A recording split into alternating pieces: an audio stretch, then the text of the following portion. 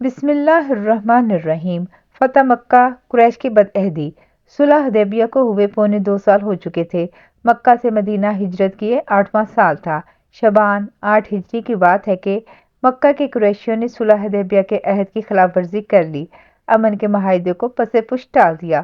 ہوا یوں کہ مسلمانوں کے حلیف قبیلہ بنو خزاعہ پہ ایک رات کی تاریکی میں جب وہ اپنے قبیلے کے اپنے علاقے کے اندر وطیر نامی کنویں کے پاس نخلستان میں سو رہے تھے، قریش کے حلیف قبیلے بنو بکر نے اچانک حملہ کر دیا۔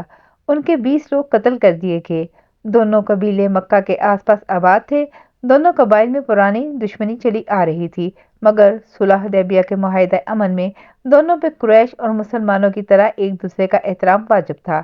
یہی نہیں، قریش کے سرکردہ سرداروں نے اپنے حلیف قبیلے بنو بکر کو نہ روکا، بلکہ ان کے ساتھ مل کر یہ شب خون مارا، انہیں اسلحہ دیا، ان کے ساتھ گئے۔ صفوان بن امیہ، شیبہ بن عثمان، سہیل بن عمرو، حویطب بن عبد العزیٰ اور مقص بن حفص نے تو اپنے ہتھیار بنو بکر کو دیے۔ اپنے کچھ آدمیوں کو قریش نے حملہ آوروں کے ساتھ بھی بھیجا۔ بنو خزاعہ والے بھاگ کے حرم میں جان بچانے گئے، وہاں بھی انہیں پناہ نہ ملی۔ کچھ ڈر کے بھاگتے ہوئے مکہ کے رئیس بدیل بن ورقہ خزاعی کے گھر گھسے کہ بچ جائیں، مگر قریش اور بنو بکر والوں نے اس گھر میں گھس کے بھی انہیں مارا اور لوٹ لیا۔ وہ سمجھتے رہے یہ مکہ اور حرم کا معاملہ ہے، مدینہ بہت دور ہے، مگر مدینہ خبر پہنچ گئی۔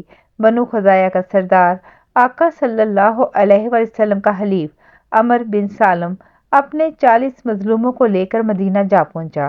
آقا صلی اللہ علیہ وسلم مسجد نبوی میں اپنے صحابہ کے ساتھ تشریف فرما تھے۔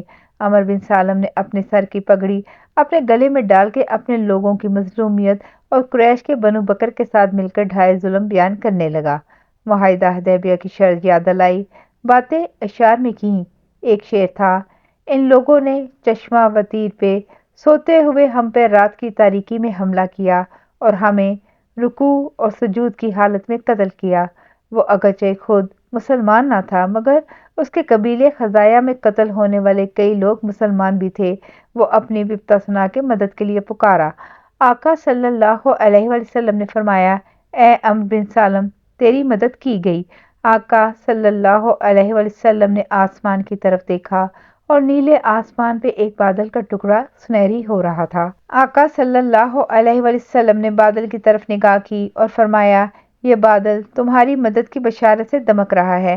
مظلوم سردار عمر بن سالم کے چہرے پہ آسمان سے اترتی سنہری کرنوں میں امید بندی، اور اس نے پھر مدد کا مطالبہ دہرایا۔ آقا صلی اللہ علیہ وسلم نے فرمایا: نہ مدد کیے جاؤں میں اگر تیری مدد نہ کروں۔ ساری تفصیلات پوچھی واقعے کی۔ اسی اثنا میں بدیل بن برقہ خزاعی بھی ایک وفد کے ساتھ یہی شکایت لے کر مدینہ پہنچ گیا اور عمر بن سلمہ کے کہے ہوئے کی تصدیق کی۔ واقعے کی تفصیلات بتائیں اور ثبوت فراہم کیے کہ کیسے قریش والوں نے اس جرم میں معاونت کی۔ آقا صلی اللہ علیہ وسلم نے قریش والوں کو پیغام بھیجا، 3 شرطیں لکھیں، ان میں سے کوئی اختیار کر لو۔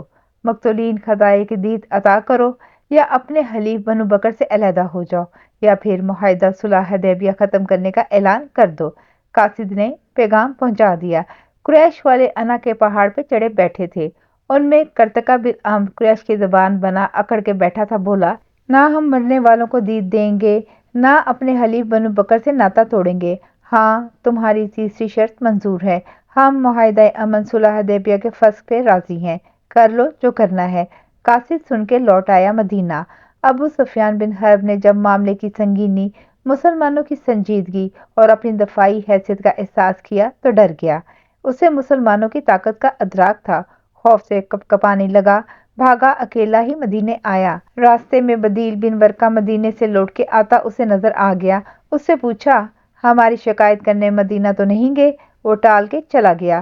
ابو سفیان نے اس کی اونٹ کی مینگنیاں ہاتھ میں لے کر توڑی، اندر سے کھجور کی گٹھلیاں نکلی۔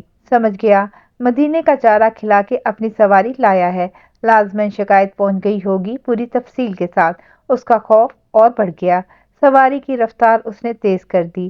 مدینہ پہنچ گیا ابو سفیان، اسی شہر میں جہاں احد کی جنگ میں اس نے 70 مسلمان شہید کیے تھے، جہاں اس کی آنکھوں کے سامنے آقا صلی اللہ علیہ وسلم کے محبوب چچا، دوست، رضائی اور خالہ زاد بھائی اللہ اور رسول اللہ صلی اللہ علیہ وسلم شیر امیر حمزہ کا سینہ چیر کے جگر نکالا گیا تھا۔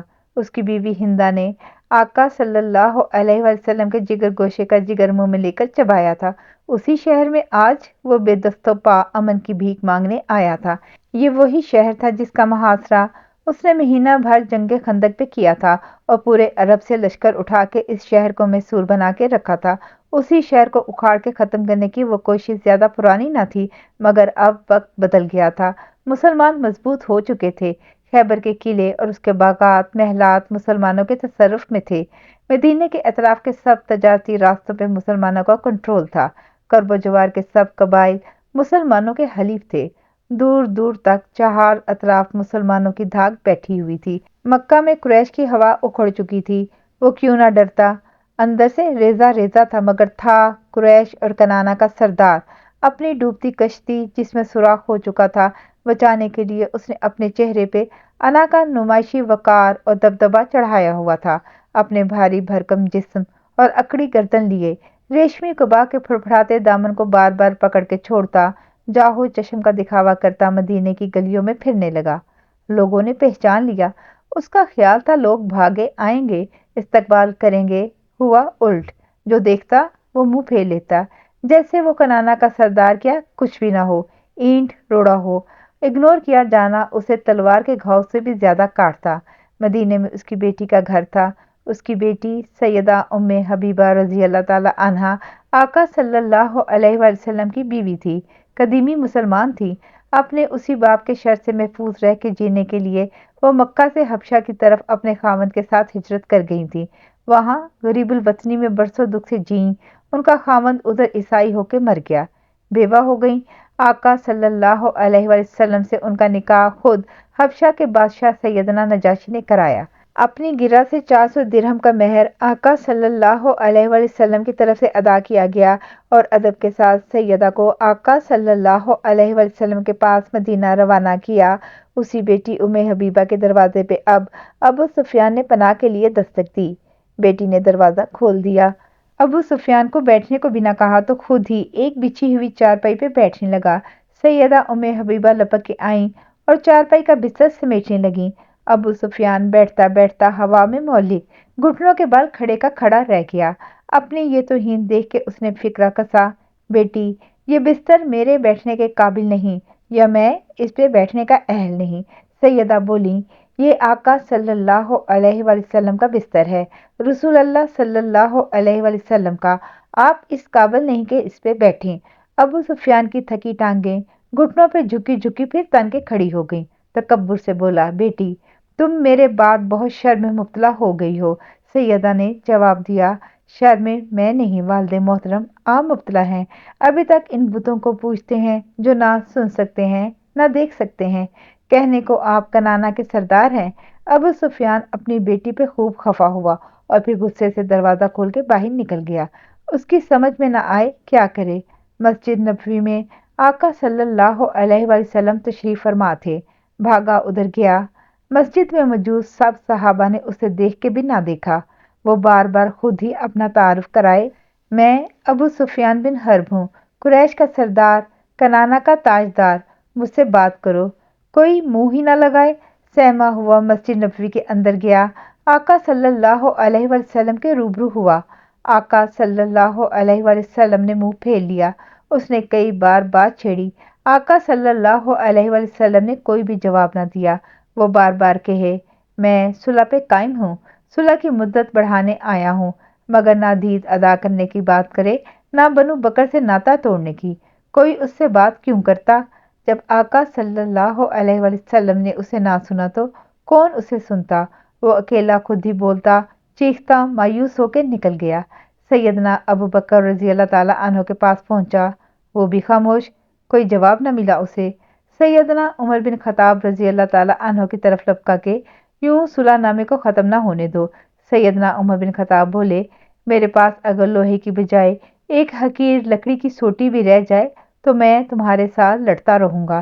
ابو سفیان تو پہلے ہی ڈرا ہوا تھا۔ سیدنا عمر کی بات سن کر اس کے پیروں سے زمین نکل گئی۔ بھاگا سیدنا علی کی چوکھٹ پہ گیا۔ دروازہ کھلا۔ اندر جا کے گڑگڑانے لگا، بولا، علی تم میرے قریبی رشتے دار ہو، کچھ ایسا کرو کہ مجھے نامراد نہ جانے دو، آقا صلی اللہ علیہ وسلم سے میری سفارش کر دو۔ سیدنا علی رضی اللہ تعالیٰ عنہ بولے، ابو سفیان تجھ پہ افسوس ہے، رسول اللہ صلی اللہ علیہ وسلم نے جو بھی عزم کر لیا کہ ہم اس بارے میں کوئی بات نہیں کر سکتے۔ پھر ابو سفیان خاتون جنت سیدہ فاطمہ رضی اللہ تعالیٰ عنہا سے مخاطب ہوا، بولا، آپ اپنے اس 6 سالہ بیٹے حسن کو حکم دے سکتی ہیں کہ وہ ہم سب لوگوں کے درمیان پناہ دینے کا اعلان کر کے ہمیشہ کے لیے عرب کا سردار ہو جائے۔ سیدہ فاطمہ رضی اللہ تعالیٰ عنہ نے کہا، واللہ رسول اللہ صلی اللہ علیہ وسلم کے ہوتے ہوئے کون یہ جرت کر سکتا ہے؟ پھر یہ میرا بیٹا تو بہت چھوٹا ہے ابھی۔ ابو سفیان پریشانی سے ہاتھ ملنے لگا، اسے سمجھ نہ آئے کیا کرے۔ سیدنا علی رضی اللہ تعالیٰ عنہ سے بولا، معاملہ بہت سنگین ہے اور نازک بھی، کیا کروں؟ مجھے مشورہ دو۔ سیدنا علی رضی اللہ تعالیٰ عنہ نے کہا، میری سمجھ میں تو کچھ بھی نہیں آتا، البتہ تم بنو کنانہ کے سردار ہو، لوگوں کے درمیان یہاں شہر میں کھڑے ہو کے امان کا اعلان کر دو اور اپنے شہر واپس چلے جاؤ۔ ابو سفیان پوچھنے لگا، علی کیا تم سمجھتے ہو کہ میری کچھ بات کارگر ہوگی؟ نہیں، سیدنا علی نے صاف کہہ دیا، لیکن اس کے علاوہ کوئی اور صورت بھی نظر نہیں آتی۔ ابو سفیان کے اعصاب جواب دے چکے تھے۔ وہ خاموشی سے دروازہ کھول کے باہر آیا، مسجد نبوی کے سامنے شہر کے چوک میں لوگوں کو منہ پھیر کے اسے نہ دیکھتے ہوئے دیکھتے پا کے اونچی بھاری آواز میں اعلان کرنے لگا، لوگو، میں ابو سفیان بن حرب سردار کنانہ صلح کی مدت بڑھانے اور اس کی تجدید کا اعلان کرتا ہوں۔ یہ کہہ کے اپنے اونٹ پہ بیٹھ کر مدینے سے نکل کے مکہ کی طرف بھاگ گیا۔ اس کے اس بھاگنے کی رفتار جنگ خندق کے آخر میں آئے ہولناک طوفان سے سہم کے بھاگنے کی رفتار سے بھی زیادہ تھی۔ واپس جا کے اس نے اپنے قریشی سرداروں سے ساری بات کہی اور علی کے کہنے پہ جو اعلان کیا وہ بھی بتا دیا۔ وہ مسکرائے اور بولے، ابو سفیان، علی نے تمہارے ساتھ مذاق کیا ہے، محمد صلی اللہ علیہ وسلم کی رضامندی کے بغیر تم کیسے مطمئن ہو گئے؟ تم نہ صلح کی خبر لائے ہو کہ ہم مطمئن ہوتے، نہ جنگ کا تعزیانہ لائے کہ ہم تیاری کرتے۔ ابو سفیان نے اقرار کیا، خدا کی قسم اس کے علاوہ اور کوئی صورت نہ بن سکی۔ وہ سب سر جوڑ کے بیٹھے سوچنے لگے، اب کیا ہوگا؟ جاری ہے، جزاک اللہ خیر۔